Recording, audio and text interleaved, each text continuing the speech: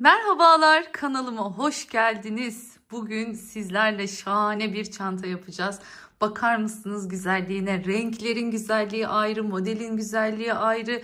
Yani kullandığımız derinin güzelliği ayrı. Hepsi birbirinden güzel. Çok şık bir çanta oldu. Hele bir de yakından görseniz. O doku, ipin dokusu, görüntüsü, bu 3 boyut inanılmaz güzel görünüyor. Çok şık bir kapak. Çok tarz bir kapak kullandık. Bakar mısınız ya, o kadar beğendim ki çok güzel oldu. Biliyorsunuz çok kez kullanıldı bu özellikle kapaklar. Ama bu örnekle, bu modelle ilk kez yine her zamanki gibi Aryalarda Tasarım kanalında sadece burada bulabilirsiniz. Bakın şöyle gösteriyorum hemen. Çok güzel bir oval taban yaptık. Hemen ölçüleri de vereceğim size ama öncesinde şöyle bir detaylarına bakalım. Şöyle açıyoruz, bakın ağız kısmını şu içe doğru ağızdaki pileyi verebilmek için bu şekilde bir çıt çıt kullandım. Şöyle görüyorsunuz. Bakın yine iç cebimiz var. Fuşya pembe bir astar tercih ettim bu çanta için. Çok yakıştı, çok şık durdu. Yine sapları takabilmek için bakın biritler hazırladık. Bu şekilde siz dilerseniz buralara D halkalarda takabilirsiniz. Sağlamlık açısından bakın ben bu şekilde kendinden ipin aynısından birer halka hazırladım. Hakikaten son derece böyle yaptıkça, gördükçe bayıldım diyebileceğim bir çanta oldu. Ayarlanabilir sapı sayesinde istediğiniz ölçüde bunu kullanabilirsiniz. Gerçekten son derece şık, kullanışlı bir boy. Hemen dilerseniz ölçülerini de vereyim sizlere. Şöyle bakın, hemen tabanını söylüyorum. Yaklaşık 22 santim eninde. Ve şöyle 12 santim, bakın 12 santim eninde, 22 santim boyunda. Hemen buradan çantamızın yüksekliğini de söyleyeyim. Kaç santim ördüm. Bakın toplamda 18,5 santimde çantamızın yüksekliği var. Şimdi en kısmını şu şekilde tutup çok 3 boyutlu olduğu için biraz kalın oluyor. Yani bu şekilde vermeye çalışayım sizlere. Evet, 28 santimde enimiz var. Bakın içinde hiçbir şey yok. Yani hiçbir dolgu malzemesi kullanmadım. Keçe yok. Sadece astar ve ipimiz zaten yeterince, biliyorsunuz 2 kat çalıştığımız için kalıp gibiydi. Hiçbir şeye ihtiyaç duymadım. Ne kadar ip gitti derseniz, bakın 100 gramlık Milano Raffia'dan hala bu kadar ip var. Şöyle göstereyim. Bu kadar ipim kaldı ve yine simli metal ipimden bakın hala bu kadar ipim var. Yani çok da bereketli ipler. Çok fazla ip kullanmadım. Çift kat örmüş olmama rağmen. Umarım beğenmişsinizdir. Aryalarda Tasarım Instagram hesabıyla da yine sizlerdeyim. Oradan da beni takip edip çok daha öncesinden çantalarım hakkında bilgi alabilirsiniz. Aynı zamanda sorularınızı, resimli sorularınızı oradan gönderirseniz çok daha rahat bir şekilde yardımcı olabilirim diyorum. Haydi hazırsanız, evet kuşum bile hazırlandı. Hemen videoya başlayalım. Evet, başlayalım dilerseniz. Bakın önceden tabanımı hazırladım. Bu taban benim için yeterli. Ben büyük bir çanta yapmayı planlamıyorum. Küçük bir çanta yapmayı planlıyorum. O yüzden bu taban benim için yeterli. Ama siz çantayı büyütmek istiyorsanız elbette ki daha büyük bir versiyonda çantanızı örebilirsiniz. Şu an başlamış olduğum taban, oval taban yapımı yine YouTube kanalımda mevcut. Linkini açıklamalar bölümüne bırakacağım. Açıklamalar bölümünü, videomun adının yanında daha fazla yazıyor. O daha fazlaya tıkladığınızda video ile ilgili tüm bilgileri orada bulabilirsiniz. Yani orada ne ip kullandım, ne kadar kullandım, kaç numara tığ kullandım ya da yönlendirdiğim taban için belli durumlar için linkler gönderiyorum, işte astar için vesaire. O linkleri de orada bulabilirsiniz. Şimdi ben böyle aslında tam burslu çanta büyüklüğünde bir taban çalıştım. Hemen ölçülerini söylemek istiyorum size. Buradaki tabanımız, dikkat ettiyseniz enli ama kısa bir taban. Bu bizim için önemli. Yani oval bir taban çalışıp ince uzun bir taban çalışmıyoruz. Bakın olabildiğince daha enli bir kısa bir taban çalışıyoruz. Burslularda da bu taban formu çok önemli. Onu da hemen söylemiş olayım. Evet, şimdi ne kadar bir enimiz var? 22 santimlik bir enimiz var. Evet, 12,5 santimlikte bir derinliğimiz var taban için. Şimdi 20 artı bir zincirle başladım. 20 artı bir zincirden sonra 1, 2, 3, 4, 5, 6, 7, 8, 9, 10, 11 sıra ördüm. Bakın iki taraftan da sayınca 1, 2, 3, 4, 5, 6, 7, 8, 9, 10, 11. Aynı sıra sayısının olması gerekiyor. 11'i dolaşıp geliyorum. Tam burada arttırmalarımın başlama bitme noktalarını işaretliyordum biliyorsunuz. Tam orada ilmek kaydırmayla tabanı tamamlıyorum. Sonrasında da üstüne örerken ip arasından yürütmedim ya da sık iğnelerin arasından da uğraşmadım. Bakın şöyle tek kanadından ipi buraya kadar getirdim, gizledim. Arada kalsın, kaynasın diye. Şimdi çok uzun zamandır istediğiniz bir örnekti bu. Ben de birazcık aslında farklı bir model yapacaktım. O yüzden hatta ipimin buruşuk olduğunu görebilirsiniz şu anda. Tekrardan söktüm. Şimdi yeniden başlayacağım. Ben bu iki ipi 4 milimetrelik tığla örüyorum. Ancak şunu söylemek istiyorum. Benim elim gerçekten çok sıkı.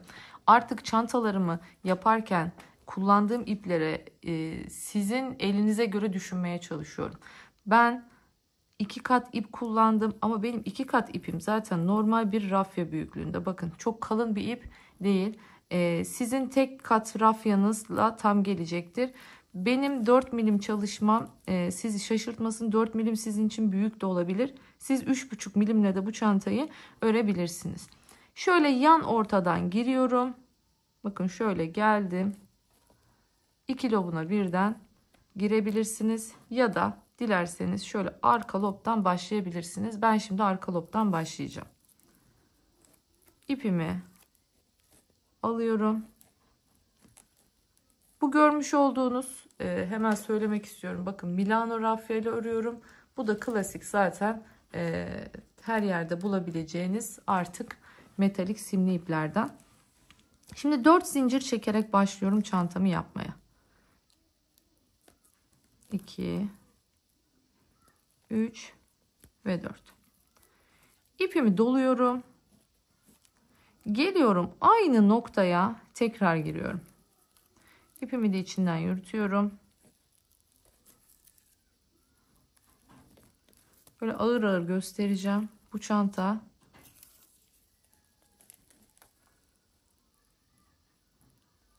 biraz farklı örmesi. Bakın geldim. İkinci sefer çektim. Trabzanımı tamamladım. Şimdi ipimi doluyorum. Hemen yanındaki sık iğne tepesine geliyorum. Yine iki seferde çekip bir trabzan yapıyorum. Şimdi burası aslında bunun 3 tanesi trabzan için. Buraya ilmek tutturucu takabiliriz hemen. Bakın alttan sayıyorum. 1, 2, 3. zincire ilmek tutturucu takıyoruz. Bu bizim başlangıç noktamız. Şimdi ipimi doladım. Bir boşluk bırakıyorum ve yanındakine geçiyorum.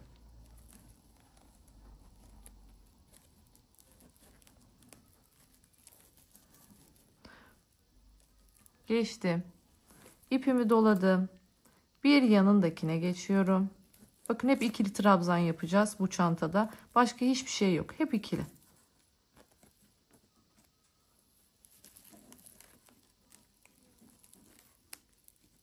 Şimdi bir zincir çekiyorum. İpimi doladım. Aynı yere tekrar giriyorum.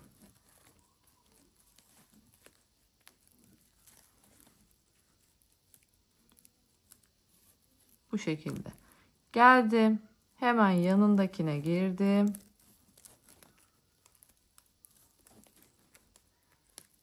Bakın bu şekilde oluşturdum.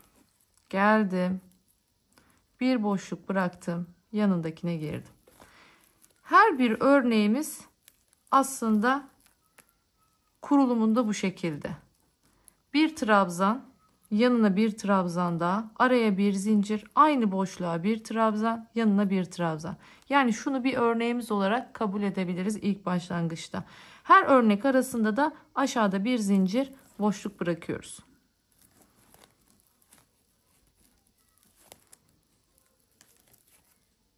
Bakın ikinci trabzanı yaptım. O zaman araya bir zincir çekiyorum. Aynı boşluğa tekrardan giriyorum. Bu şekilde tekrardan ipimi doladım. Yanındaki boşluğa girdim. Devam ediyorum. İpimi doladım. Bir boşluk bırakıp yanındakine giriyorum.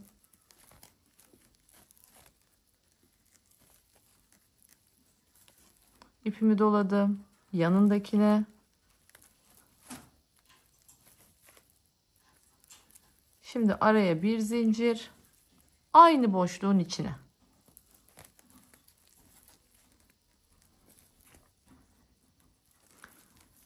Bu şekilde çift kat iple çalışırken hemen yanına giriyorum bakın. İpi parmağımıza dolamıyoruz. İpi parmağımıza dolarsak iplerin gerginlikleri değişiyor. Bakın bir tane şöyle serçe parmağımdan geçirdim. Şu şekilde elimin içinden ipi geçirip parmağımın üstüne getirdim. Şimdi bir boşluk bıraktım yanındakine. Son kez gösteriyorum. Koyduk. İpimi tekrar doladım yanındakine.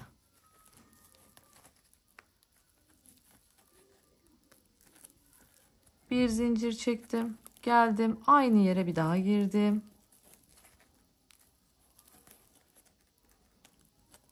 Geldim. Yanındaki boşluğa.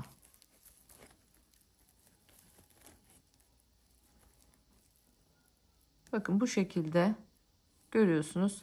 Örneğimizi kuruyoruz. Yani 1, 2, 3 tane burada kullanıyoruz. Bakın 1, 2, 3 ilmek kullanıyoruz. Bir tane de boşluk bırakıyoruz 4. Yani 4'ün katı şeklinde olması gerekiyor ilmek sayınız. Şimdi eğer ki denk gelmedi olabilir. Ne yapıyoruz? İlmeklerimizi sayıyoruz. İlmeklerimizi saydıktan sonra eksik mi geldi? Ne yapacağız? Hemen belli noktalarda aralarda arttırma yaparaktan hemen yani şu boş bırakmamız gereken yeri birkaç noktada bırakmayız, dengeleriz mesela. Hani o şekilde ayarlamalar yapabilirsiniz kendinize göre.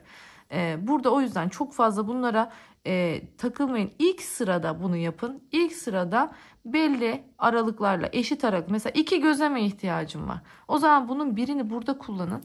Bunun hakkınızın birini burada kullanın. İki tarafta kullanın eşit olarak. Ya da 3 taneye mi ihtiyacınız var? O zaman eşit 3 noktaya bunları bölüştürebilirsiniz. Yani ilk sırada yaptığınız düzenlemeler sıkıntı olmaz. Bakın nasıl geçiriyorum. Şöyle geçirdim parmağımı. Aldım.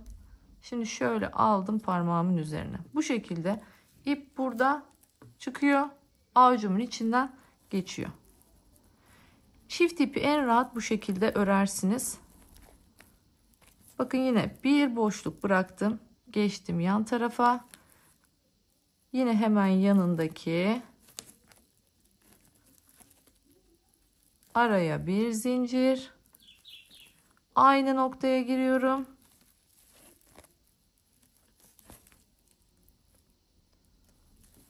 İpimi doladım.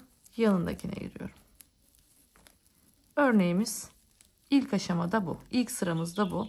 Elbette ki değişecek. Dilerseniz ben sıra sonuna kadar geleyim. Ondan sonra devam edelim. Evet, geldim sıra sonuna. Şimdi ben saydım. Benim bir ilmeğim fazla geliyordu.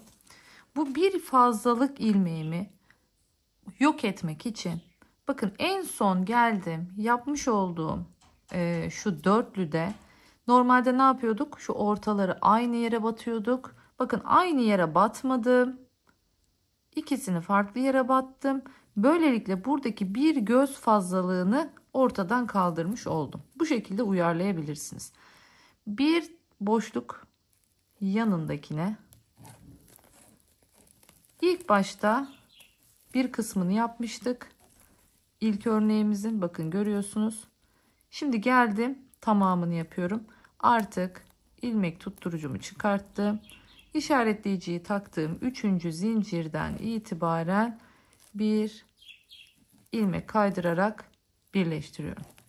Şimdi tekrar 4 zincir. Hep bu şekilde başlayacağız, unutmayın. Yani hep 4 zincir çekerek başlayacağız. 2 3 ve 4. 4 zincirimi çektim. Yine bakın buradan baştan 1 2 3. zincirime ne yapıyorum? İşaretleyiciğimi takıyorum. Burası dönüp dolaşıp geldiğimde birleştirecek olduğum kısım. Geldim, döndüm.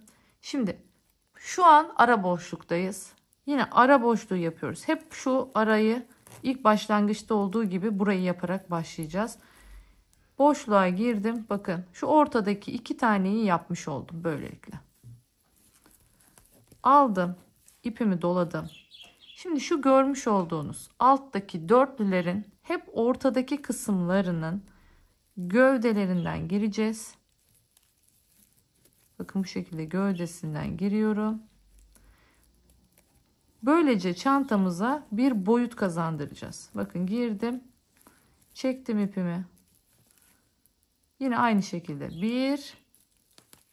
2 seferde çıkarttım. Bir müddet sonra göreceksiniz. Bunlar önde, bunlar arkada kalmaya başlayacak. İpimizi tekrardan bakın bu kısmı 3 parçasını yapıyorum. Dönüşünü yine her zamanki gibi dönüp geldiğimde 4. parçasını o zaman yapacağım. Şimdi burası daha anlaşılır olacak bizim için. Bakın geldim bu dörtlüye. Kenarlarda kabartmalarımız olacağı için şimdi ipimi doladım. Şu ortadaki V'nin bakın ilk trabzanına girdim. 2 seferde çektim. İpimi doladım.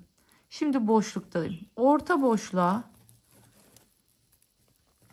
yine başlangıçta yaptığımız gibi 2 trabzan yapacağız.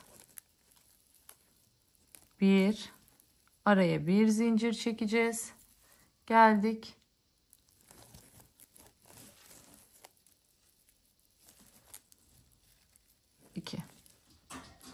Şimdi yine ipimi doladım. Geldim. Bakın buraya. Yine gövdeden alıyorum.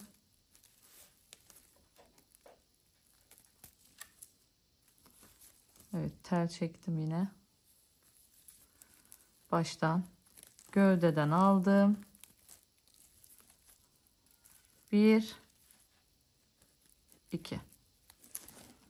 Bu şekilde bakın kenarları hep bu şekilde, göbekleri hep bu şekilde devam edeceğiz. Geldik. İpimi doladım. Gene şu görmüş olduğunuz dörtlünün şu ortadakilerine geliyorum. İlkini yaptım. Gövdesinden girdim. İlk kabartmamızı burada yaptım. Aldım. Şimdi boşluktayız. O bir zincir çektiğimiz boşluğa yine araya bir zincir, aynı yere tekrar boşluğa girdim. Yine trabzanımı yaptım. Tekrar ipimi doladım. Bakın bu sefer bu taraftayız. Geldik buraya.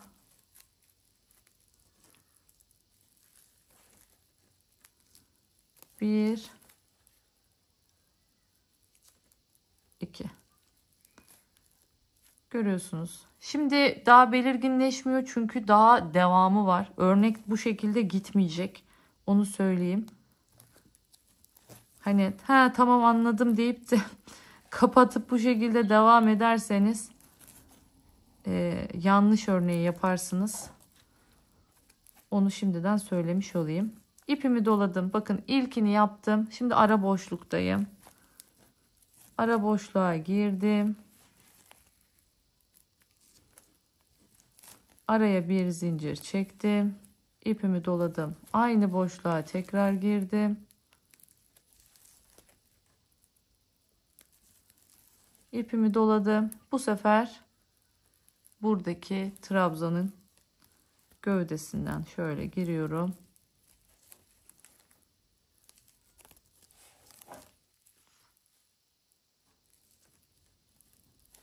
Anlaşıldı diye düşünüyorum. İpin içinde şu anda bu görmüş olduğunuz parlak ip olduğu için tam belli olmuyor olabilir. O yüzden yakından belli oluyor ama hani videodan belki anlaşılmıyor olabilir. Şu görmüş olduğunuz atmalar tepeden geliyor. Şimdi tekrardan bakın. Son kez gösteriyorum. İpimi doladım. Geldim sıradaki örneğe. Ortadaki trabzanların ilkine giriyorum.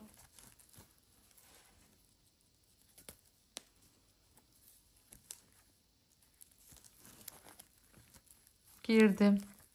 Buraya ikili trabzanımı yaptım. İpimi doladım.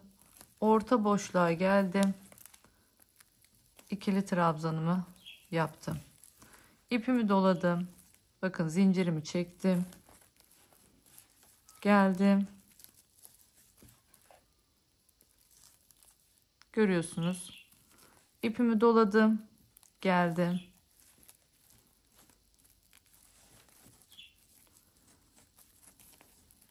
Yine kenar hattını bu şekilde tamamlamış oldum. Şimdi dilerseniz sıra sonuna kadar örüp geleyim. Ondan sonra devam edelim. Evet, geldim bakın sıra sonuna. En son örneğimizi tamamladık. İlk başta kurduğumuz örneğe geldik. Bu örneğe geldiğimizde yine bakın yarım yapmıştık. Şimdi bunu tamamlama zamanı. İpimi doladım. Geldim. Yine buradaki ortadaki trabzana giriyorum. Bir, iki seferde çektim. Evet, ipi yine eskisi gibi tutmuşum. Sonrasında buradaki 3. zincire gelip 3. zincire ilmek kaydırarak birleştiriyorum. Sonrasında yanındaki, bakın yanındaki zincire geliyorum. Buraya da bir ilmek kaydırıyorum. Ve şimdi 4 zincir çekip dönüyorum. 3, 4. Yine 3. zincire tekrardan işaretleyicimi takıyorum. Döndüm. Artık bundan sonra git gel şeklinde öreceğiz. Yolumuza o şekilde devam edeceğiz. İpimi doladım. Bakın aynı zincir boşluğunun içine geliyorum. Ve buraya 1, 2 seferde çekip trabzanımı yapıyorum. Bu şekilde yine orta V'yi oluşturmuş olduk. İpimi doladım. Şimdi örneğimizin tersindeyiz. Bakın şu anda görüyorsunuz, içi de terste. Şu dörtlünün ortasındaki çubuklara batıyorduk ya, aynı şekilde bakın yine ortadaki çubuğun gövdesinden giriyorum ve buradaki kısmı tamamlıyorum. Ne yapıyorduk? Dönüp geldiğimizde, burayı dönüp geldiğimizde yapacağız. Geldim. Bakın ipimi doladım. Sıradaki dörtlüdeyiz. Şimdi yine ortadaki ilk trabzanın gövdesinden giriyorum ve buraya ikili trabzanımı yapıyorum. Doladım. Orta boşluğa geliyorum. Trabzanımı yapıyorum. Yine aynı şekilde bir zincir çektim.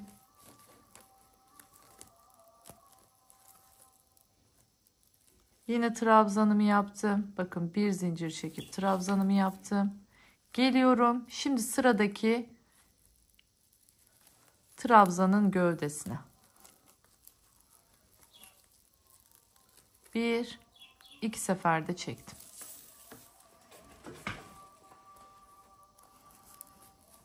İpimi doladım. Sıradaki örnekteyim bakın.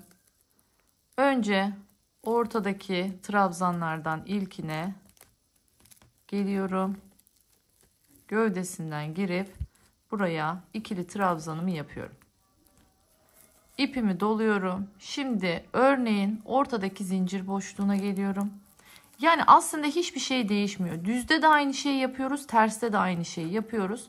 Sadece bu boyutu kazandırmak için, 3 boyutlu görüntüyü kazandırabilmek için bir tersten bir yüzden örmemiz gerekiyor. Doladım. Bakın şimdi tekrardan şu gövdedeyiz. İşlem hep bu şekilde tekrar edecek. Bir yüze döneceğiz, bir terse döneceğiz. İpimi doladım. Sıradaki örnekteyim bakın. Geldim buraya. İpimi çektim. İkili trabzanımı yaptım. İpimi doladım. Bakın orta boşluktayız. Geldim. Bir zincir çektim.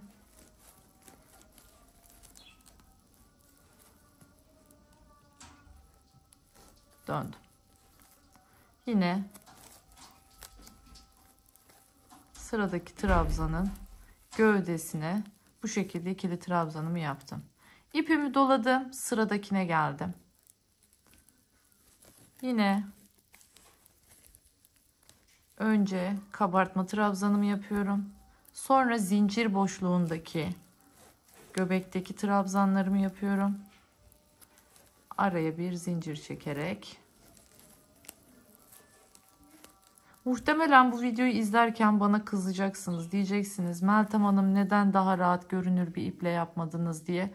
O yüzden olabildiğince her adımı tek tek söyleyerek yapmaya çalışıyorum ki hani göremeseniz bile söylediğimden anlayın diye. Bakın şimdi sıradaki trabzanımızın gövdesinden girdim. Çektim. Yine ikili trabzanımı yaptım. Şimdi bu şekilde bu sırayı dolaşıp gelelim. Sonra tekrardan bir üst sırayı birlikte öreceğiz. Evet geldim. Bakın yine sonuncu örneği bitirdim. İlk baştakine geldim. Hemen tamamlıyorum örneği. Bakın 1, 2, 3 tanesi burada. Dördüncüsünü bu şekilde gövdeye girerekten tamamladım. Ve şimdi yine işaretleyiciyi taktım. Üçüncü zincire giriyorum. Ve buraya bir ilmek kaydırma yapıyorum. Çıkarttım. Hemen ne yapıyorum? Bakın. Hemen yanındakine de bir ilmek kaydırma yapıyorum. Boşluğa yapacağım bu sefer. Bakın boşluğa geldim. 1, 2, 3, 4. 4 taneyi yaptım. Üçüncüsüne yine takıyorum, ilmek tutturuyorum. Bunu sizler için takıyorum. Yani siz de 1, 2, 3.'yü sayarsınız. Takmak zorunda değilsiniz. Hemen örgümü çeviriyorum. Bakın örgünün yüzüne döndüm bu sefer. Bu böyle ters yüz gidiyor. Sürekli. Çevirdim. Bakın yüzde daha net gözüküyor örneklerimiz. Şimdi şu dörtlüydü biliyorsunuz. İlkini yaptım bu şekilde zincirle. İpimi doladım. Aynı boşluğa tekrardan giriyorum. Bir ikili trabzanımı yaptım. Bakın göbeği bu şekilde yapmış olduk. İpimi doladım. Şimdi ne yapıyorduk? Ortadaki V'nin ilk kanadına. Bakın ilk trabzana gövdeden girdim. İkili trabzanımı yaptım. Şimdi yine bakın üçünü yaptık. Dönüşte dördüncüyü ne yapacağız? Buradaki trabzanın gövdesine girerekten yapacağız. Döndüm yine. Bakın dörtlü burada karşımda. Ortadaki V'nin birincisine gövdesine girdim. Bir ikili trabzanımı yaptım. Geldim zincir boşluğunun içine. Zincir boşluğunun içine ne yapıyorum? Hemen geldim buraya trabzanımı yaptım. Araya bir zincirimi çektim. Tekrardan geldim. Aynı noktaya, aynı boşluğa bakın. Bu sefer tekrardan bir ikili trabzan yapıyorum. İpimi tekrar doladım. Şimdi şu görmüş olduğunuz V'nin ikinci trabzanı. Dıştakilere hiç batmıyoruz, görüyorsunuz. Hep göbektekiler. Ve ikili trabzanımı yaptım. Gördüğünüz üzere artık yavaş yavaş kabartmalarımız oluşmaya başlıyor. Yani şu arkada kalacak. Şunlar üstte kalacak. Bu şekilde ilerleyeceğiz. İlk başta çok kendini belli etmeyen, yukarılara çıktıkça, kabartmalar kendini belli ettikçe gösterecek bir model. Tekrar söylüyorum, ben burada net bir şekilde görüyorum. Siz pırıltılardan şu an örneği tam olarak seçemiyorsunuz. Onu tekrardan belirtmiş olayım. Çok güzel bir büyüklükte geliyor. Tekrar söylüyorum. Dilerseniz burslu çanta, dilerseniz kol çantası. Hemen örüyorum. Bakın bu şekilde. Artık bundan sonra gösterebileceğim bir şey yok. Hep aynı yöntemle gidiyoruz. Bakın gene geleceğiz. Burada dördüncüyü tamamlayacağız. Sonrasında yine aynı şekilde terse geçeceğiz. Ters, yüz. Bir sıra tersten bir sıra yüzünden örerek gideceğiz. En son sırayı mutlaka yüzünden öreceğiz. Bakın görüyorsunuz, ilk başta böyle çanak gibi açılmış gibi duruyordu. Ama şu anda gayet düzgün bir şekilde, hiçbir şekilde dalgalanma, marullanma, açılma yok. Son derece güzel geliyor. Ben bu ipi özellikle böyle kotlara vesaireleri de çok yakıştırıyorum. Yani bunu hem bir şey olarak düşünebilirsiniz. Bir gece çantası gibi düşünebilirsiniz. Pırıltılarından dolayı çok yakışıyor geceye. Ama aynı zamanda da çok da spor, günlük olarak da tarz bir çanta olarak da kullanabilirsiniz. Dediğim gibi hem gecelik hem gündüzlük şahane bir çanta yapıyoruz. Dediğim boya kadar geliyorum. Sonrasında devam ediyoruz. Evet, şimdi artık bakın çantamın ağız kısmını bitirdim. Benim için bu kadar yeterli. Ben 3 sıra ördüm ağız kısmını. Şimdi birlikte bitireceğiz. Ama bunun öncesinde hemen bakın astarını da göstermek istiyorum. Ben bu renk bir astar tercih ettim. Elimde böyle açık tonlar yoktu. Dedim o zaman pembe olsun. Pembeyi patlatalım. Bakın bu şekilde bir astar çalıştık. Yine her zamanki gibi kendinden köşe çevirmeli. Tabii ütüsünü yapmadım. Ütüsünü yapacağım. Çantamızın yine içine bakın yatayda küçük bir cep koydum. İhtiyaç duyduğumuz küçük eşyaları koyabilmemiz açısından ya da telefon gibi. Bunu da şimdi kendim elimde gizli dikiş tekniğiyle dikeceğim. Bununla ilgili videoyu açıklamalar bölümüne bırakıyorum. Videonun açıklamalar bölümünden linkine tıklayarak astarı nasıl diktiğimi görebilirsiniz. Bakın normalde bu şekilde oturtuyoruz. Yani burası astarımızın içi olmuş oluyor.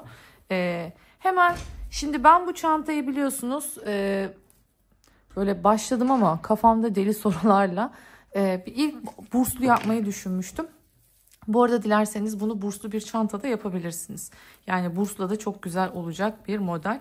Yani şöyle bir gösterecek olursam sizlere. Bakın bursla da çok yakışacak bir model. Ama ben şimdi elimde bu şekilde bir set var. Bunu takmak istedim bu çantaya. Şöyle görüyorsunuz yukarıda bir tutma kulbu var. Şöyle geçirmeli bir kapak. Şu şekilde bir uzun çapraz askısı var. Çok güzel. Böyle Instagram'da paylaşırken aksesuarlarımı nereden aldığımı yazıyorum. Oradan adresini öğrenebilirsiniz. Çok güzel bir uzun sapımız var. Ve ağız kısmında da şu ağız kısmını şöyle göstereyim. Şu şekilde bir araya getirebilmek adına, şöyle bir pile oluşturmak adına da ağız kısmına da bunu geçireceğim. Hani onu da söylemiş olayım. Hani böylelikle ağzı şöyle bir pilelenmiş olacak. Sonra yani şöyle içeride kalacak bu şekilde. Sonrasında üstünde kapağımız olacak ve yanlardan da saplarımızı takacağız. Saplarımız için de ona göre bir yer ayarlayacağım. Onu da söylemiş olayım. Şimdi hemen dilerseniz çantamızın ağzını bitirelim artık. Ne yapıyorum? Hemen bir sıra ilmek kaydırma dolaşıyorum ki çantamızın ağzı artık böyle daha kalın bir form kazanmış olsun. Bunu dilerseniz ters sık iğneyle de kapatabilirsiniz. Hemen şöyle gösteriyorum. Bakın şu değil, gerçek ilk sık iğnenin tepesine giriyorum ve ilmek kaydırıyorum. Yanındakine geliyorum. ilmek kaydırıyorum. Yanındakine geliyorum, ilmek kaydırıyorum. Bu şekilde çantamızın tamamı ağzını ilmek kaydırmayla dolaşacağım. Bakın şu ağız kısmının hem daha güzel durmasını hem de şöyle daha kalın bir ağız hattı oluşmasını sağlıyor. Şimdi ben ne yapacağım? Hemen astarımı bir dikeceğim. Çünkü önce astarlamasını yapacağım ki sonra diğer aşamalara geçeceğim. Sap detaylarını, aksesuar detaylarını sonra dikeceğim. Burada kapak kısmını dikerken de şöyle göstereyim. Bakın şu şekilde dikme yerleri var. Bunları dikebiliyorsunuz. Şimdi burada iki seçenek var. Bu tamamen size kalmış. Bakın şöyle bunu şu şekilde göstereyim. Arkadan şöyle üstten de tutturabilirsiniz. Bunu böyle arkadan içten de tutturabilirsiniz. Ama ben şu şekilde üstten tutturmayı tercih edeceğim. Çünkü kapağımız küçük bir kapak. Eğer büyük böyle sırt çantası kapağı gibi bir kapaksa o zaman bu şekilde şöyle içten de bakın şu şekilde de tutturabilirsiniz. Ama ben bu sefer dıştan tutturmayı tercih edeceğim. Dikerken nasıl bir ip kullanacağım? Şimdi onu da söyleyeyim. Bakın deliklerimiz ince. İğneyle dikeceğim. Ya da iğneyle ilmek kaydırma yöntemini kullanabilirim. Ona karar vermedim. Zaten yaparken gösteririm sizlere. Bunu dikerken şimdi deliklerimiz ince olduğu için iğneyi tercih edeceğim. Ve içinde kullanmış olduğum ben açık renkteki Milano rafya ile dikeceğim. Ya da butona yakın elimde bir başka Milano rafya var. Ben onunla dikeceğim. Aslında en güzeli tabii ki de deri ipler. Deri dikme ipleri. Elinizde onlardan varsa onlarla da yapabilirsiniz. Ben elimde olmadığı için daha sağlam olması açısından dediğim gibi Milano rafyayı tercih edeceğim. Ama bakın şu içine koyduğunuz parlak iple dikmek de çok güzel görünecektir. Yani onu da tercih edebilirsiniz. Ben bir bakacağım hangisi gözüme güzel görünürse sanırım onu tercih edeceğim. Bakın şöyle çok tatlı bir kapağımız var. Şu şekilde yaptığınızda açılıyor. Bunu çantaya monte edeceğiz. Bunu buraya monte edeceğiz. Yalnız şunu söyleyeyim. Astarı dikmeden bunu halletmem lazım. Şimdi astarı rahat dikebilmek için kapaktan önce dikeceğim ama önce böyle dikmiş gibi bir tutacağım. Elimle yerini belirleyeceğim ama öncesinde bunu takacağım. Çünkü bunun astarın şu arkasındaki aparatların astarın altında kalması lazım. Görünmemesi lazım. O yüzden önce bu kilidi geçireceğim. Yerini yine size santimsel olarak da söylerim. Ama dediğim gibi siz kendi kapaklarınıza göre ölçü alırsanız çok daha iyi olmuş olur sonuç açısından. Şimdi dilerseniz ben sıra sonuna kadar hemen şu ilmek kaydırmamı dolaşayım. Ağız kısmını bitireyim. Ondan sonra iğneyle nasıl gizliyoruz bir onu da göstereceğim. Sonrasında artık dediğim gibi diğer detaylarla devam edelim. Evet bakın geldim şimdi sıra sonuna. Hemen burada artık ipimi kesiyorum. Çıkarttım.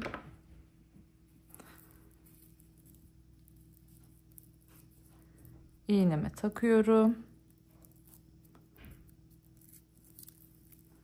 Ve bu şekilde bakın. En son battığım yer burası. Ondan bir sonraki yere şu şekilde giriyorum.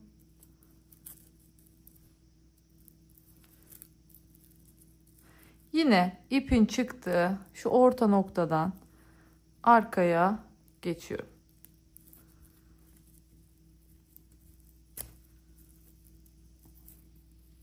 Evet bu şekilde ilmek kaydırma görüntüsü devam etmiş oluyor.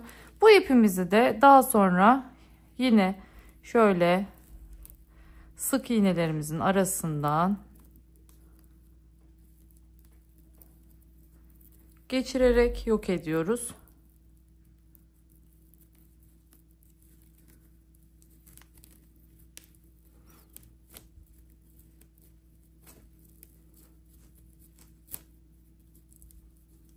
Evet çektim arkaya. Artık buradan kesebilirim. Evet bakın çantamızı bu şekilde tamamlamış olduk. Şimdi ne yapıyorum? Şöyle bir güzelce koyuyorum. Bakın şu yan noktalarını bir belirliyorum. Yan noktalarını belirledikten sonra şöyle kapağımı koyuyorum ve çantamın tam orta noktasına gelmesini istiyorum burada. Bunu yaparken şurada örneklerimizden sayaraktan ilerleyebiliriz. Bakın burada 3, şöyle 3,5, şöyle 3,5. Evet. Şu görmüş olduğunuz kısım tam üste gelecek. Bakın şuradaki kısım tam üste gelecek şekilde. Şöyle ayarlıyorum. Bakın. Şimdi bunu çıkartıp burada şöyle tutuyorum. Bu benim yerini ayarlamamı sağlıyor. Yani takmam gereken yer tam olarak burası. Bakın tam şu elimi koyduğum yer. Şimdi buraya şöyle tığımı geçireyim. Yerim bir belli olsun. Onu bırakayım. Hemen çantam, bakın arkasındaki aparatlarımız var. Bunları şöyle açıyorum. Ve arkasındakini çıkartıyorum. Geliyorum. Bakın işaretlediğim noktaya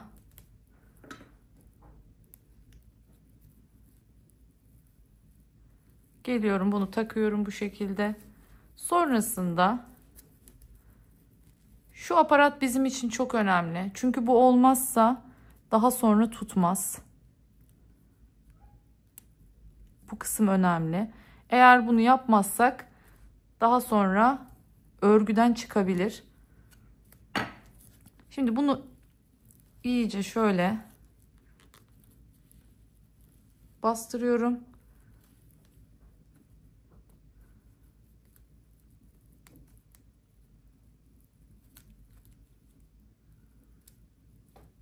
Üstünü kilitledim. Şimdi aynı şekilde altına, ama pense alacağım. Penseyle daha rahat olacak.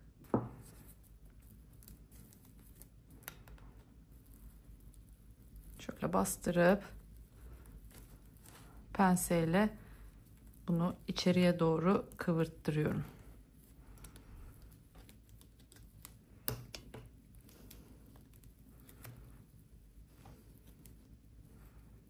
Güzelce sıkıştırıyorum. Bakın bu şekilde aparatımızı orta noktaya takmış olduk. Kapağımız bu şekilde taktığımızda bunu çeviriyoruz ve bu şekilde kilitlenmiş oluyor. Şimdi bunu yaptıysak artık ne demiştim? Neye geçeceğim? Astarımı dikme aşamasına geçeceğim. Astarımı öncesinde güzelce ütülüyorum. Daha sonra içine oturtuyorum. Şöyle güzelce bir yerini belirliyorum. Daha sonra ağzın neresinden dikeceksem o kısmını, bakın şöyle, bunu ütülerken yapacağım. Şöyle, bunu dilerseniz siz makinede önce bir bastırıp şurayı içine gizleyebilirsiniz. Yani bu şeyler gözükmesin diye. Sonrasında şu şekilde bunu tam şuradan tutturacağım. Çok ağızdan değil. Bakın şöyle takmıyorum. Astarın gözükmesini hiçbir zaman sevmem. O yüzden şu şekilde, bakın üstten 2 sık iğne boş kalacak şekilde astarımızı böyle monte edeceğim. Alttan da hiçbir şekilde şu pürçüklerin görünmesini istemiyorum. Dediğim gibi önce dilerseniz şöyle elinizle de dikebilirsiniz.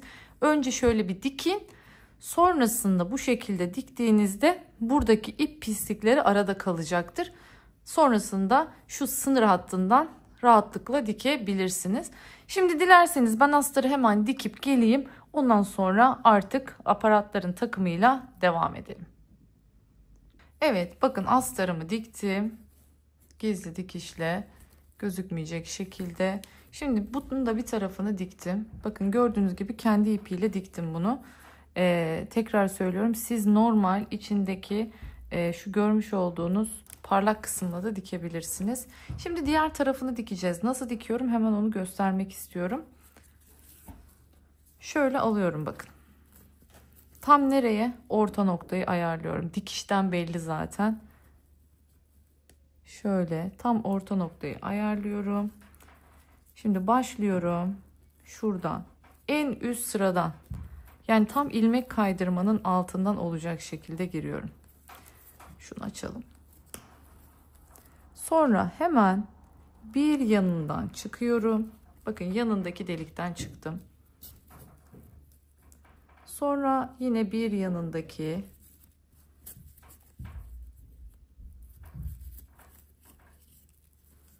sonra yine bir yanındakinden çıkıyorum ve son noktaya ulaşıyorum.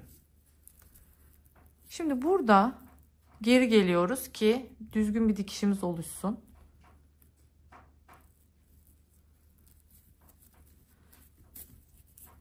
Geri geldim. Tekrar bir sonrakinden çıkıyorum.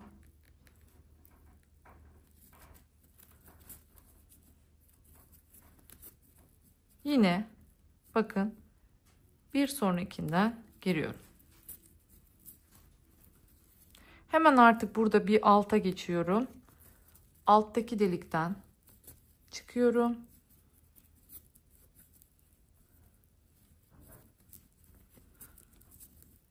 Bir yandakinden, tekrar bir yandakinden,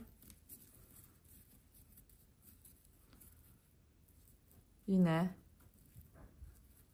bir yandakinden. Bakın görüyorsunuz. Şimdi tekrar geri dönüyorum ki yine makine dikişi görüntüsünü verebileyim.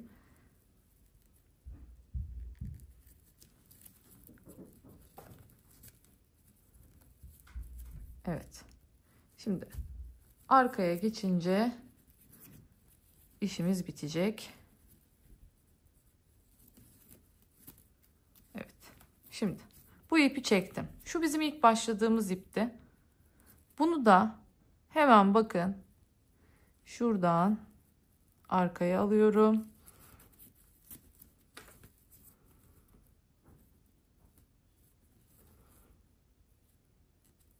Böylelikle bu şekilde dikmiş oldum. Şimdi geliyorum bu ikisine. İsterseniz bunu hiç yapmanıza gerek yok. Direkt de gizleyebilirsiniz. Ben yine de şöyle bir, ipiniz kalınsa düğüm yapmayın. Kesinlikle yapmayın. O gözükecektir. Bakın bu şekilde düğümledim. Şimdi ipin birini, şimdi sık iğnelerin arasından gizleyeceğim ya iplerimi. Bir tanesini sağa, bir tanesini sola doğru götürüyorum. O kadar sık ki zaten bu kadar gitmem yeterli benim için.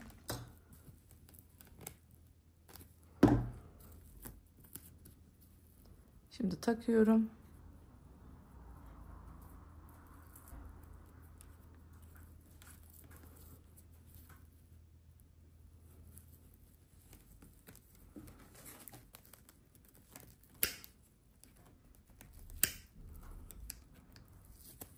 Evet.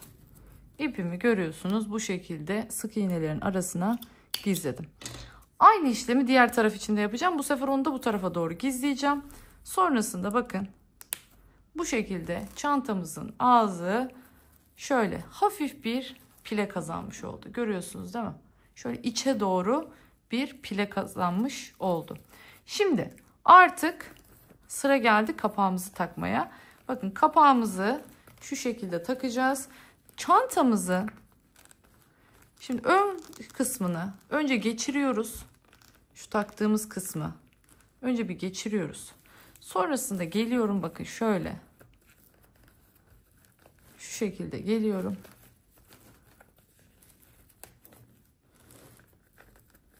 Evet.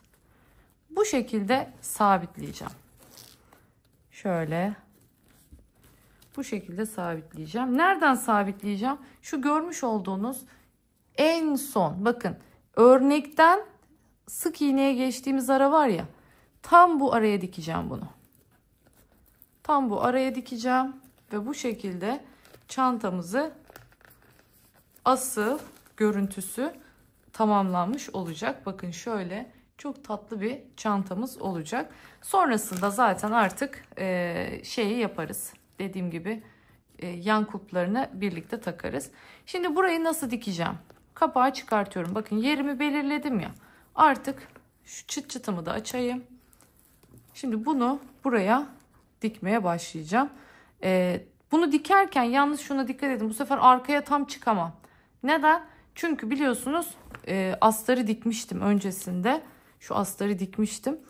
Astarı diktiğim için de tabii ne yazık ki ben astarı burada 2 boşluk bıraktım. Şöyle göstereyim. Astara ben burada 2 boşluk bıraktım ama kapağı daha alttan takacağım. Vallahi bunu aklıma gelmedi. Yani bunu hesaplayamadım. Siz astardan önce kapağınızı mutlaka dikin. Yani çünkü dikerken şimdi ben ne yapacağım? Astardan geçmeden iğneyi şöylemesine çıkarttırmaya çalışacağım. Bu da beni oldukça aslında ne yapacak? Zorlayacak. O yüzden siz olun. Astarı takmadan kapağınızı geçirin diyorum. Dilerseniz hemen dikmeye başlayalım. Evet, şimdi bakın şöyle yine üstten girdim. Şöyle 2 sık iğne aralık verdim, çıktım. Şimdi tekrardan aynı yerden girmeyeceğim. Bu sefer bakın yine bir gideceğim. Hemen 2 ileriden giriyorum. Nereden? Yine 2 ileriden çıkıyorum. Ama burada çıkarken dikkat edin. Mutlaka ve mutlaka şu örneğin boşluğundan değil, normal bir sık iğne boşluğundan çıkmanız gerekiyor. Bakalım bunu astarı diktiğim için başarabilecek miyim? Ben de çok merak ediyorum. Bakın şöyle bol bol bırakıyorum, onu sonra sıkacağım. Tekrar yukarıya çıktım. Ve tekrardan aşağıya indim. Yine burada şöyle bakın 2 tane atlayarak geçtim. Yine buradan çıktım. Yine buradan girdim. Yine buradan atlayarak çıktım. Yine girdim. Bakın en son sıkıştıracağım ki işim kolay olsun. Yine çıktım. Tekrar söylüyorum, siz olun mutlaka. Önce dikin, sonra astarını takın.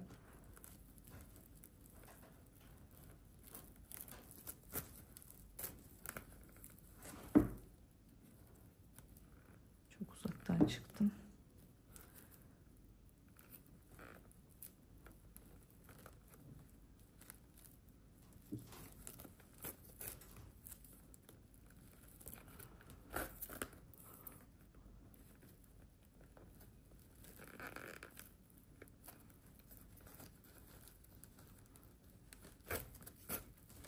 Umarım anlaşılır olmuştur. Normal yorgan diker gibi. Evet. Şimdi ne yapıyorum? İplerimi yavaş yavaş sıkıştıracağım.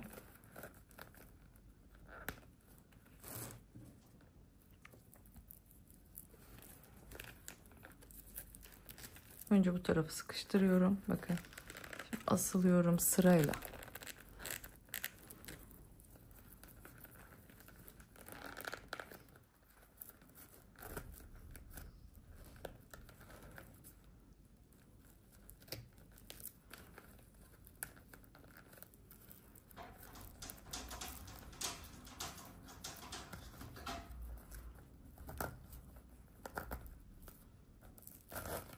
Evet. Başardım mı? Takabildim. Bakın. Şimdi tekrardan geriye döneceğiz. Şimdi burayı güzelce bir sabitleyelim. Şimdi şöyle yapıyorum. Tekrardan çıkıyorum bir ileriden. Yine gireceğim oraya. Şu ağız kısmının sabit olması bizim için çok önemli. Diğer kısımlarda zaten sıkıntı olmaz.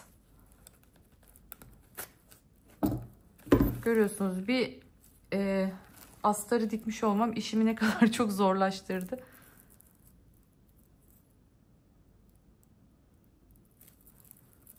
Ama çareler tükenmiyor işte, görüyorsunuz. Şimdi buradan tekrardan bakın aynı delikten çıkıyorum. Bakın ağız kısmını bu şekilde sabitledim, görüyorsunuz. Şimdi buradan sonra ne yapıyorum bakın. Şu şekilde gördünüz. Gidiyorum. Artık arayı dikmiyorum. Bakın şu şekilde bu ara görüntüyü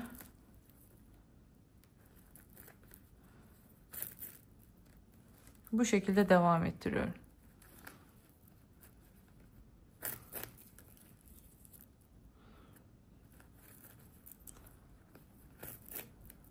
Yani dikmiyorum, dikiyormuş gibi yapıyorum. Bir saniye, şuradan geçirmeyi unutmuşum.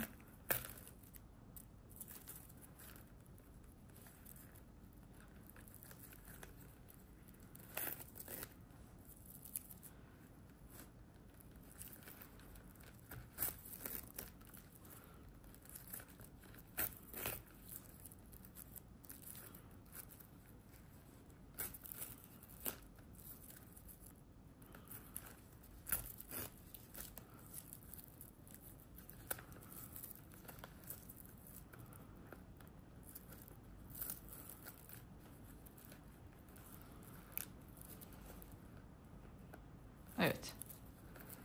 Bu şekilde bakın dümdüz bir görüntü oluştu. Görüyorsunuz. Hiçbir şekilde böyle dikiş gibi de durmuyor. Böyle dümdüz ilerledik. Başka yöntemlerle de yapabilir misiniz? Evet, yapabilirsiniz. Ben şimdilik bu şekilde yapmayı uygun buldum, tercih ettim. Şimdi şu ipimi bir kesiyorum. Şu kenarda yaptığım işlemin aynısını burada da yaparak bunu da sabitleyeceğim bir.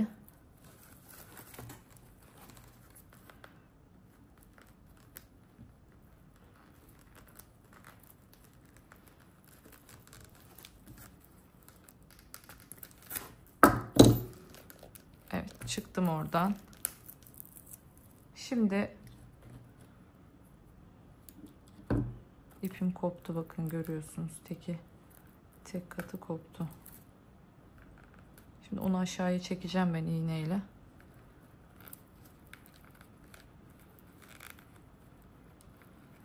Çünkü onu yukarıda kessek de bıraksak da o tekrardan çıkar. Bakın hiç kesmiyorum bu tarz durumları. Bilerek gösteriyorum ki yani sonuçta sizler de aynı problemleri yaşayabilirsiniz. Yani siz de böyle bir durumla karşılaşırsanız ne yapacaksınız? Görün diye hiçbir şekilde kesmiyorum. Evet, bakın geçirdim. Şimdi çıkarttırmadan usulca aşağıya çekiyorum tek hamlede. Şimdi bunu da aynı şekilde alttan geçireceğiz.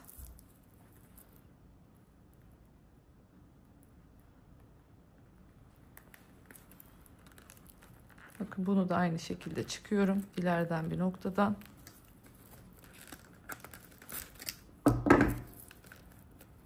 Evet. Bakın bu şekilde arkayı dikmiş olduk. Şimdi şu iki ipi birbirine bağlıyorum burada. Sonrasında yine aynı şekilde sık iğnelerin arasından bunları gizleyeceğim. Bu ipleri gizleyeceğim. Artık uzatmayalım. Bu şekilde yapabilirsiniz. Şimdi görüyorsunuz bu şekilde çantamızı takmış olduk. Kapağımızı takmış olduk. Şimdi bakın dikkat ettiyseniz şöyle söyleyeyim size. Bunu olabildiğince geriye takmama rağmen şurada hafif bir öne doğru, bakın tam üstte durmuyor. Öne doğru bir kayık var. Yani bu kapağın bir tık daha yukarıya çıkması gerekiyor. Yani şu görmüş olduğunuz aparatı yukarı çekmem gerekiyor. Mecburen bunun için ne yapacağım? Şuradan astarı bir açacağım. Yine bakın. Yani biz de böyle hemen bazen sorunlar yaşayabiliyoruz, görüyorsunuz. Bu durumda ne yapıyorum? Ha diyeceksiniz ki madem sökecektiniz şurayı niye sökmediniz? Evet, sökebilirdim. Yani burayı da sökebilirdim. Ama sökmeden de yapmayı başardım. Siz dediğim gibi aynı şuraları diktiğim gibi bu yöntemle arkayı astarı takmadan dikerseniz çok daha sağlıklı, rahat bir şekilde örebilirsiniz. Şimdi ne yapacağım? Burayı tekrardan açacağım. Çünkü şu sap kısmının tam yukarıda kalması gerekiyor bizim için.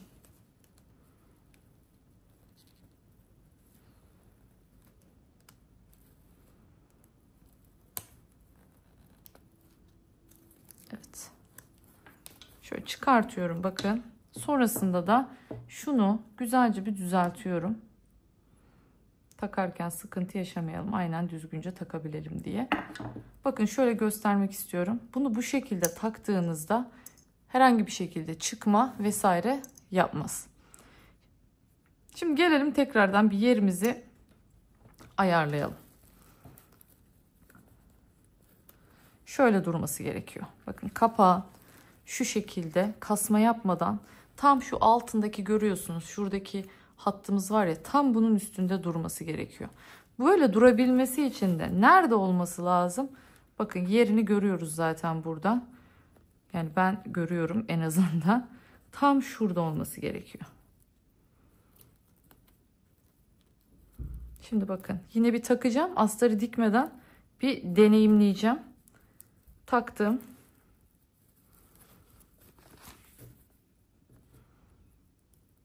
Yani her şeyi yapıp astarı sonra diksem hiç bunlarla uğraşmayacaktım.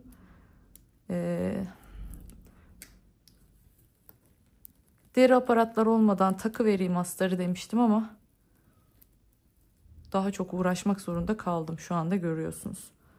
Evet, şimdi güzelce bakın penseyle güzelce sıkıştırdım aparatımızı. Evet, bakın şimdi deneyelim.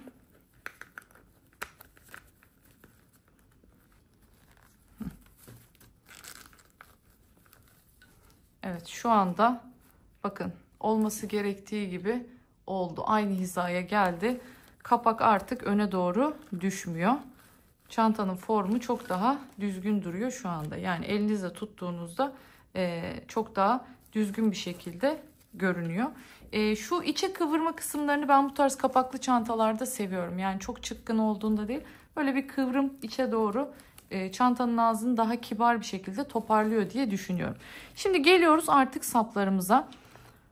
Şimdi açalım bunu tekrardan. Ben astarı tabii tekrardan dikeceğim. Şimdi askılarımızı burada nereden takacağız? Bu çok önemli. Dilerseniz biritlisini yapalım. Ben de yapmış olayım bahaneli bir taraftan. Hemen. Ama dediğim gibi eğer aparatınız varsa direkt hazır aparat takabilirsiniz. Hiç uğraşmak istemiyorum derseniz. Yani inanılmaz güzel oldu ya. Gerçekten bakmalara doyamıyorum şu anda. Yani pembe olması, hani başlarken çok beğenerek başlamıştım. Bu çantanın handikapı şu. Pırıltılı bir iple ördüğüm için siz ekranda tam net göremiyorsunuz ama yakından duruşu şahane. Yani gerçekten şahane bir çanta hazırlamış olduk. Bakın 3 tane zincir çekiyorum şimdi. Hemen geliyorum. Bakın ikincisinden giriyorum. Sık iğnemi yaptım. Bir daha giriyorum yanındakine. Yine sık iğnemi bakın yapıyorum. Yani 2 tane sık iğnemiz oldu. Hemen bir zincir çekip dönüyorum. 2 sık iğnenin üzerine yine burada dilerseniz biritte tek renk de yapabilirsiniz. Ben aynen devam etsin istedim. Devam aynı olsun. Bir tane buraya, bir tane diğer sık iğnenin üzerine. Yine bir zincir döndüm. Birinci sık iğnemizi yaptık. Hemen yanına ikinci sık iğnemizi de yaptık. Tekrardan bir zincir döndüm. Yine bir ve iki.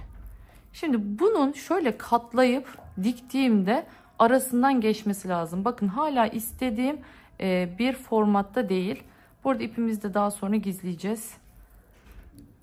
Tekrar bir çektim zincirimi. Bir, iki tane, 5 tane oldu. Bakın 5 sıra olmuş oldu. Şöyle bir hemen yine kontrol edelim. Oldu mu? Evet. Bakın bu yeterli. Bence oldu. Şimdi alıyorum. Bakın şu ipi de örerken şöyle içinden bakın geçirdim. Şimdi bir zincir çektim. Dönüyorum. Döndüm.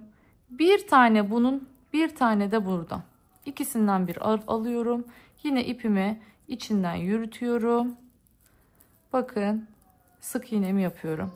Yine aynı şekilde buraya geliyorum.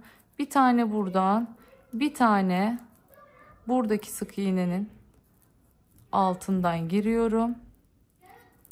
Ne oldu? İkisinin de alıp bunu daha rahat dikebilmek adına tek sık iğne haline getirdim. Yani yaptığım aslında bu.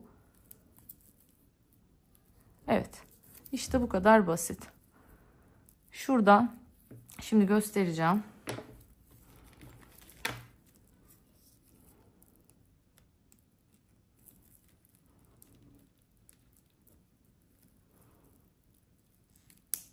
Evet. Bakın bu şekilde bir birit elde etmiş olduk. Hatta 4 sıra yapıp da yapsak çok daha iyi olacakmış. Sökelim bir sıra.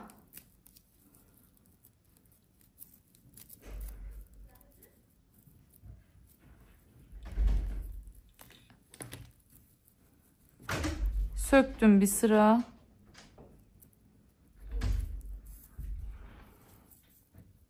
Tekrardan bakın. Geldim, döndüm. Bir tane buradan girdim, bir tane buradan girdim. Karşılıklı bir sık iğne. Yine buradan bir tane girdim. Buradan bir tane girdim. Ve bir sık iğne. Bakın. Şimdi daha iyi oldu. Bu şekilde. Ha derseniz ki bu biraz kaba oldu Meltem Hanım ya. Bunu daha basit, zarif bir hale getirelim.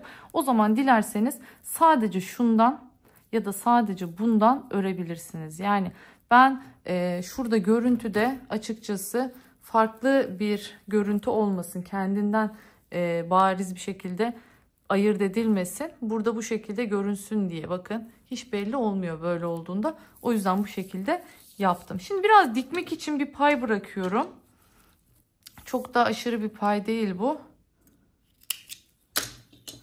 Şöyle çıkarttım. Şimdi bu ipimi de şu örerken kullandığım şu görmüş olduğunuz şu ipimi de şimdi gizliyorum.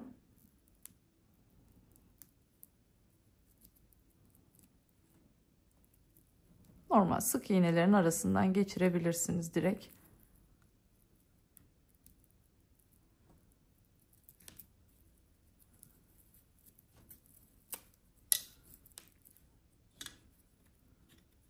Bunu da kesebiliriz artık. Şimdi iğnemize takalım.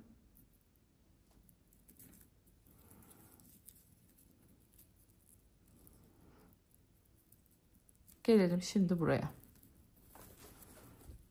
Tam bu noktaya dikeceğim. Şimdi bakın en son yaptığım sık iğnede şu şekilde giriyorum. Şu şekilde giriyorum. Şu son yapmış olduğum sık iğneyi bir sıkıştırıyorum bu şekilde. Sonra geliyorum buraya. Bakın tam şu şeyin alt kısmı. Derinin bittiği yerin alt kısmına giriyorum. Hemen burada da sık iğnenin içinden giriyorum. Tekrar hemen bir yanındakinden giriyorum. Burada da yine bir yanındakinden giriyorum ve yanından çıkıyorum. Hep bu sık iğne boşluklarını kullanıyoruz dikerken.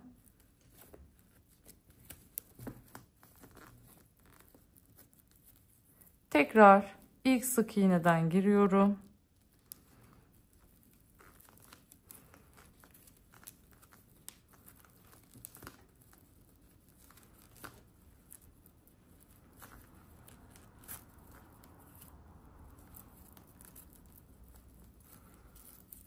Sonra tekrardan yine bakın şu son tarafını da bunun da şöyle sabitliyorum. Yine çıkıyorum bir yan taraftan.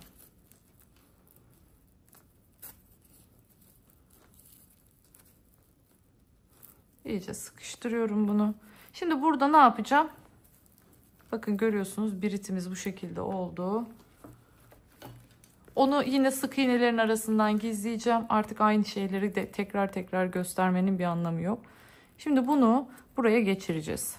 Evet, bakın bu şekilde görüyorsunuz. Bir birit yapmış olduk. Şimdi tekrardan şöyle bir kapağımızı takalım. Şu biritin de nasıl göründüğüne bakalım. Finalde artık her yeri bitmiş bir şekilde başlayacağız. Bakın bu şekilde biritle gayet güzel bir görüntü oldu. Ekstradan herhangi bir kötü bir görüntü yok. Tekrar söylüyorum. D halka takabilirsiniz ya da bu şekilde birit yapabilirsiniz. Buradan nasıl şöyle göstereyim. Bakın şu şekilde biritimiz şöyle bıraktığımızda aşağıya doğru gider. Asıldığımızda şöyle yukarı doğru gider. İstediğiniz gibi kullanabilirsiniz. Dilerseniz ben artık tüm detayları bitireyim. Tekrardan söktüğüm astarımı da dikeyim.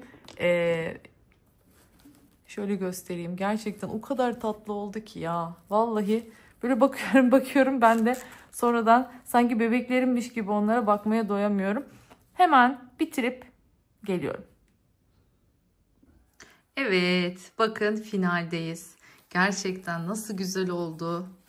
Yani keşke şu renk gerçek anlamda da böyle videoda, fotoğrafta kendini gösterebilse. Pembenin öyle güzel bir tonu. İçinde yine görüyorsunuz ışıltılı simli ip kullandığımız için çok güzel bir ton oldu.